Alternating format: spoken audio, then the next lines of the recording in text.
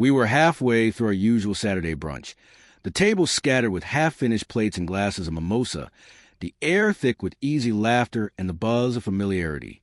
It was our tradition, a weekly escape where we shed the seriousness of our lives and let our tongues run loose under the gentle push of champagne and citrus.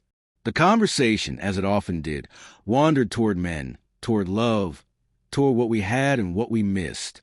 Someone teased me about Daniel, my husband, quiet, steady Daniel, how he always seemed so reserved, like he'd been born in a suit and tie.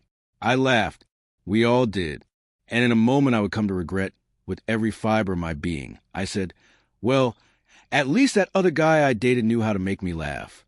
And he definitely knew what he was doing in bed. It was a careless joke. A throwaway line meant to get a laugh. And it did. The table erupted. I laughed too, oblivious of the weight of what I just said. Oblivious to the figure standing behind me, holding a bouquet of sunflowers and wearing a smile he only ever wore for me. Daniel had come to surprise me, something he rarely did, but when he did, it always meant something. This time it meant everything. He stood there just long enough to hear every word I shouldn't have said. His smile faded instantly, as if someone had pulled the sun out of the sky. He didn't say anything. He just placed the bouquet gently on the empty chair beside me and walked away. I didn't even notice him until the table went quiet. That sudden shift, the way everyone stopped laughing at once, eyes darting to something behind me. When I turned and saw him, my heart dropped into my stomach. He didn't look angry. He looked hollow, as though I had emptied him with that one stupid sentence. I chased after him, calling his name through the crowded cafe. He didn't stop, didn't look back, just walked away. The same man, but carrying a different weight now. When I had put there, that night, he didn't come home. His phone went straight to voicemail. I barely slept, my brain chewing endlessly on that moment, trying to rewind it, reshape it, soften it. I tried to convince myself it wasn't that bad, that it was just a joke. But it wasn't, not to him, and not to me, not once the shame caught up and wrapped its cold fingers around my throat. In the morning, I stumbled into the kitchen, clinging to some ridiculous hope that maybe we'd talk, that maybe he'd come home late, and we could pretend to mend it. But instead, I found a note on the counter. It wasn't long. I thought I meant more to you. Maybe I was wrong. Don't call me.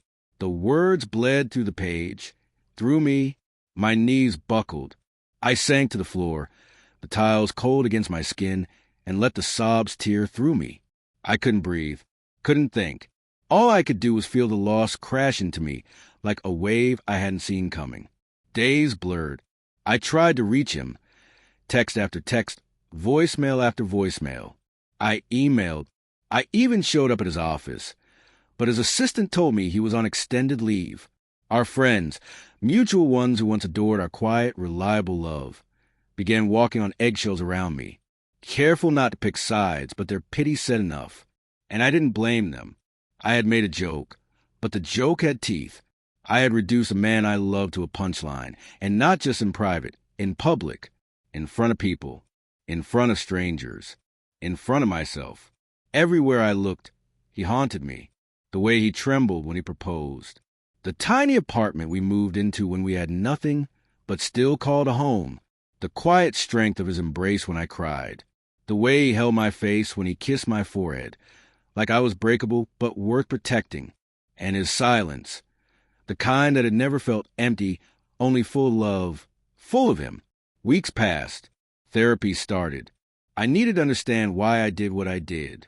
Why I would sabotage something so sacred just to make people laugh.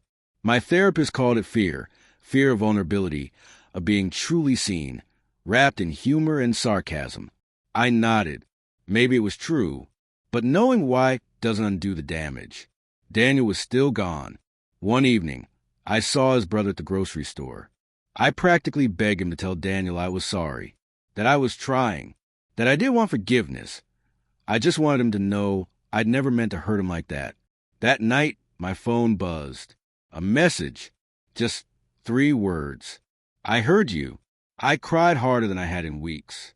Not because I thought it meant he was coming back, but because it meant I hadn't been erased. He was still out there, still listening. Time moved differently after that. Slower, softer, in a painful way. He didn't come home. But that look in his eyes the last time I saw him, raw, betrayed, began to fade from memory, replaced by the ache of knowing I had broken something beautiful. I learned to live alone, to stop reaching for sarcasm like a shield. I learned to sit in silence without expecting someone to rescue me from it. And in that silence, I still think of him when I pass the cafe. When I hear the songs he used to hum while making breakfast, when I see sunflowers in someone else's hands, I remember what I had and what I ruined. A single sentence. That's all it took. If I could go back, I would hold every word like fragile glass, delicate, precious, dangerous if mishandled. But life doesn't hand us rewind buttons. Only mirrors, only consequences, only lessons. And this one, I will carry with me for the rest of my life.